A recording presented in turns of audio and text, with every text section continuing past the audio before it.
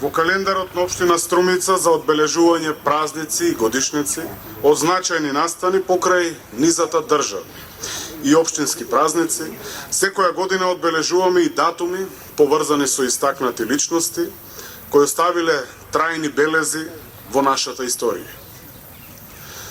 Само двајца од мноштвото историски ликови ги чествуваме на тој начин што ги одбележуваме и денот на нивното раѓање, но и денот на нивната смрт.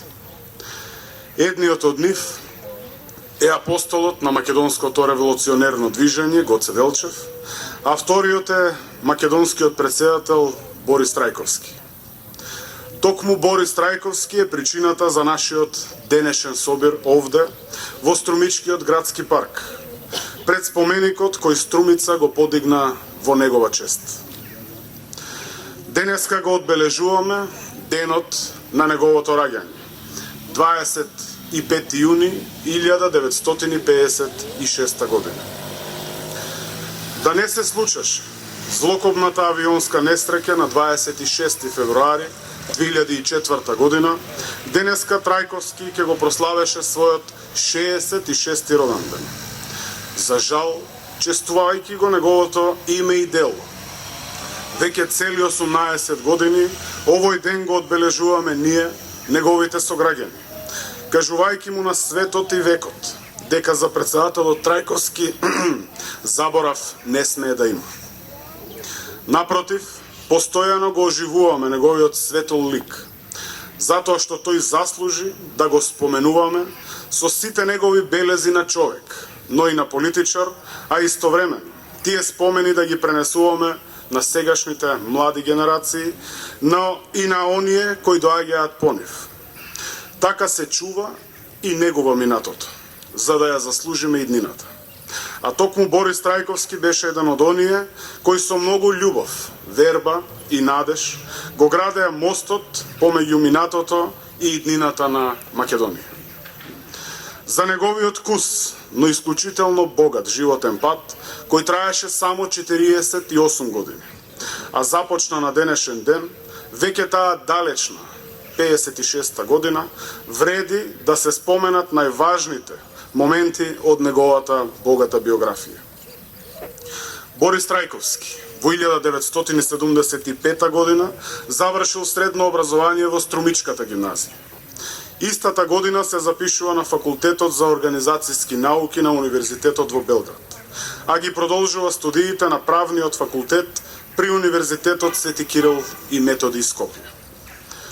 Во 1978 година бил избран за претседател на Евангелско-методистичката младина на Југославија, а по завршувањето на факултетот и неговото прво вработување се жени за неговата љубов Вилма. Како резултат на таа љубов се раѓаат ќерката Сара и синот Стефан. Потоа, почитувани присутни, следуваат неговите политички ангажмани, кои му овозможуваат напредување во кариерата се до највисоките скалила. Најпрвин како заменик министер за надворешни работи, назначен во 1998 година, а една година подоцна и како победник на претседателските избори. На 15 декември 1999 година Борис Трајковски е инаугуриран за втор претседател на Република Македонија.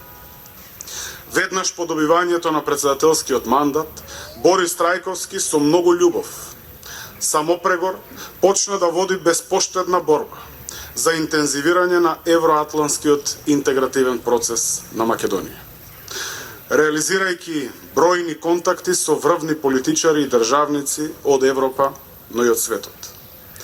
Тие негови ангажмани беа сериозно обременети со предизвиците за справување со воениот конфликт во 2001 година. За среќа претседателот Трајковски со рамковниот договор успеа да спречи понатамошна ескалација на конфликтот, со што јазикот на мудроста и разумот го победија јазикот на оружјето.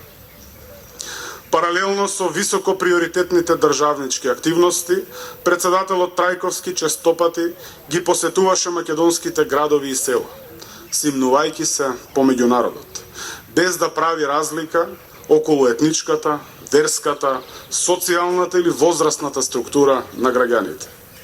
Со тоа Трајковски покажуваше на дело дека е народен човек и дека е вистински човеколюбец.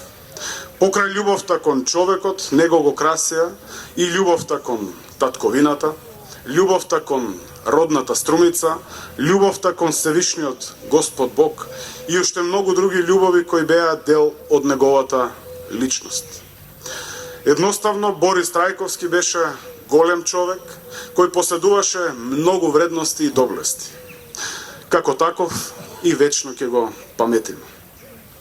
Председателот Борис Трајковски беше на рамништето на најистакнатите архитекти и неимари на мирот во европските, но и во светски рамки, но и олицетворение на политичката мудрост каква што ни фали. Беше исклучително редок, поклоник и поддржувач на постулатите на диалог, доверба, разбирање и толеранција, но и иницијатор за изнаоѓање на разрешници, дури и во најгорливите прашања кои ги тиштеа македонските граѓани. До самиот крај на неговиот живот беше на страната на вистината, па во името на таа вистина го градеше својот политички став, ставајќи се и самиот себе како влог и гаранција за негова безрезервна одбрана. Силната верба во татковината најчесто ја подкрепуваше со вербата во човековата вредност, без разлика на националната, политичката и верска припадност. Сето тоа го правеше македонскиот претседател исклучително почитувана политичка фигура, особено во меѓународни рамки. Како резултат на тоа, во 2002 година, Трајковски ја доби титулата почесен витез од англиската кралица Елизабета II.